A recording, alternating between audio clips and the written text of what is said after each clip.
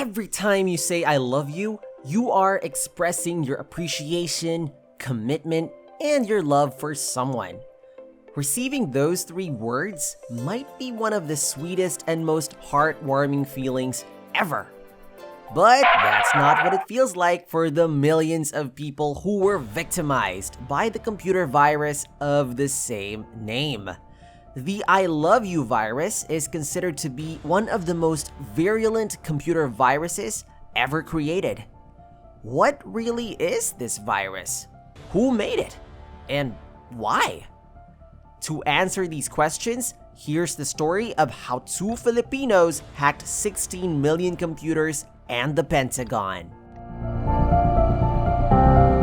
In our increasingly information-based society, we are dependent upon the integrity of the information we receive, which is why computers have been really helpful. But back in the year 2000, a global epidemic in the form of a computer virus spread throughout the world. The story starts with two young Filipino programmers named Rionel Ramones and Onel de Guzman, who at the time were still college students at the AMA Computer College in the Philippines. The two of them were typical college students with hopes and dreams to finish their studies. A common requirement in order for students to graduate in college is for them to have a thesis, wherein they should propose and discuss a topic related to their field of study. As a computer science major, Onel de Guzman proposed a topic about a so-called Trojan horse, which can hack computers and steal private data, including saved passwords and the like. Ultimately, the professors at the AMA Computer College rejected it, because who in their right mind would accept a thesis about computer viruses? As he was not able to move forward with this topic, de Guzman eventually dropped out on his last year as a computer science student in the said college.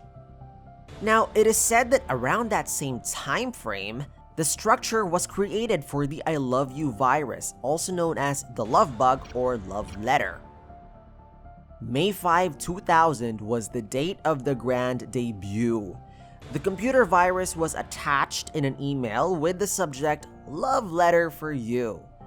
This subject line was the reason why so many unsuspecting people fell victim and clicked open the file attachment that said, "I love you." Hey, it was the 2000s and we didn't know any better. This attachment contained a VBS or Visual Basic Script that automatically activates upon opening. The VBS is a compilation of command codes that orders what the computer should do. The moment it's activated, it has the potential to corrupt your computer and delete files that are stored in it. But that's not all it does. It also orders your computer to open the Windows address book that contains the emails saved in your computer. This in turn becomes the bridge for the I Love You virus to explore the contents of all your private data, including your saved passwords and your contacts. Having all those contacts was how the virus moved from one email to another, and so on and so forth. The virus first started appearing in the household computer systems of citizens in Pandacan, Manila, and eventually triggered a worldwide outbreak that reached Hong Kong, Europe, and the United States. The said virus caused major problems and overwhelmed a lot of organizations' computer systems. This resulted in an estimated billions of dollars worth of damages and disruptions, and that number is just for the initial damage that it had done. It does not even include the amount of money that was spent to stop and remove the virus, which amounted to around $15 billion. And mind you, this was all in just a span of 10 days. It was documented that the virus affected around 10% of the computers that were connected to the internet at the time, which amounts to around 16 million computers. The removal and aftermath of the virus was not easy for the US, as it made its way to the main system of the Pentagon and the CIA. They decided to temporarily shut down all of their emailing systems during the havoc that the virus had been causing. Now, what happened to Rionel Ramones and Onel de Guzman during those times? Well, their ISP or their internet service provider was flooded with calls from around the world, especially those from European computers. Their unknowing internet service provider was shocked by the overwhelming complaints, which led them to conduct an investigation that made public the names of Rionel Ramones and Onel de Guzman. The two young Filipinos were then apprehended in their apartments, but then, plot twist, the authorities didn't know what to do with them. What?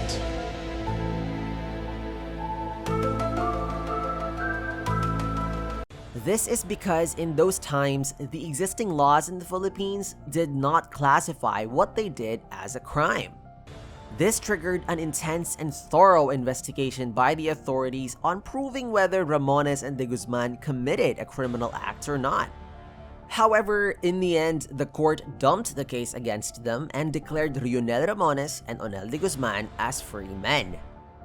After that, the Philippine government did not waste time, and just 2 months after the virus started, they passed Republic Act 8792, or the e-commerce law, which will then be used should the incident ever happen again in the future.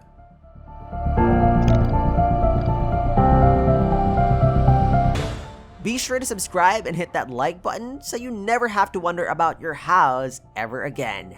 Stay curious!